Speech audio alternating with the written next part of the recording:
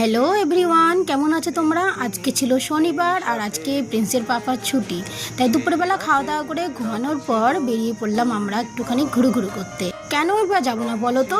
এমনিতে প্রিন্সের পাপার কাজের চাপে একটুও সময় পায় না, আর তারপর যখন সময় পায় তখন আমার আবার বাড়িতে বসে থাকতে ইচ্ছে করে না।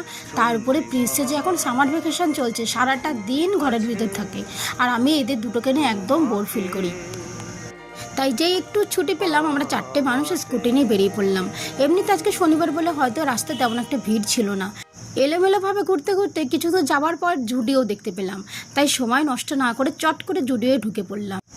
ওরে বাবা, ঢুকেই দেখি এত সুন্দর সুন্দর ড্রেস রাখা আছে, কোনটা ছেড়ে কোনটা নেব। কিন্তু এখন তো বেশি একটা কেনাকাটি করা যাবে না, কারণ এই মাত্র যে আমরা বাড়ি থেকে আসলাম তখন তো অনেকটা শপিং করে এসেছি।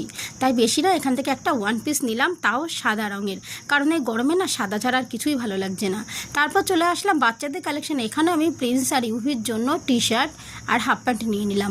আর এই পাশটাতে দেখো সামারের জন্য কত ভালো ভালো কালেকশন এসেছে, কোনটা ছেড়ে কোনটা নেব।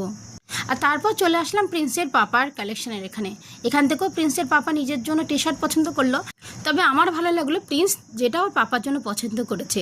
অবশ্যই প্রিন্সের পাপার জন্য দুটো টি শার্টই নেওয়া হলো, আর তারপর আমরা বাইরে বেরিয়ে আসলাম। এখন বাজে সন্ধ্যে 8:30। এখন পুরোপুরি অন্ধকার হয়নি, কারণ এখানে না অনেক লেট করে অন্ধকার নেমে আসে।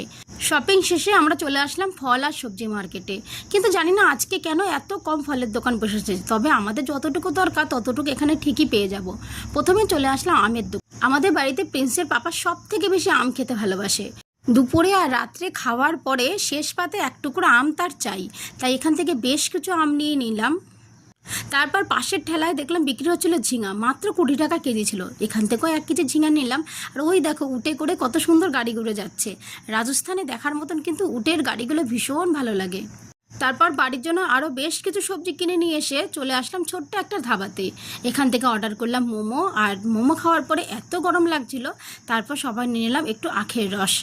তারপর বাড়ি ফেরার জন্য রাস্তা ধরলাম, আর এখন বাজে রাত 9:30।